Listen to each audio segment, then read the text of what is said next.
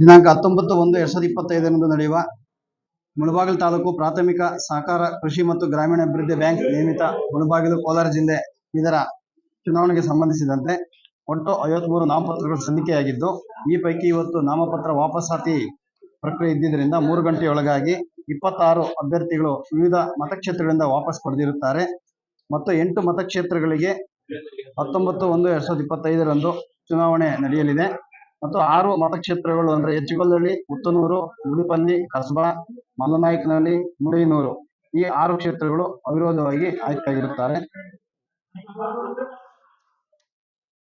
ಸಾಲಗಾರರ ಕ್ಷೇತ್ರದಲ್ಲಿ 8 ಮತಕ್ಷೇತ್ರದಲ್ಲಿ 15 ಅಭ್ಯರ್ಥಿಗಳು ಇರುತ್ತಾರೆ. ಸಾಲಗಾರ ಅಲ್ಲದಲ್ಲಿ 6 ಅಭ್ಯರ್ಥಿಗಳು ಕಣದಲ್ಲಿರುತ್ತಾರೆ.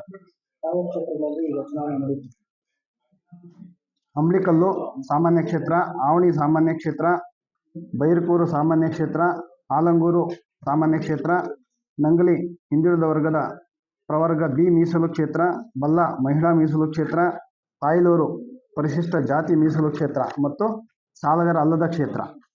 ಒಟ್ಟು 8 ಮತಕ್ಷೇತ್ರಗಳಿಗೆ ಚುನಾವಣೆ ನಡೆಯಲಿದೆ.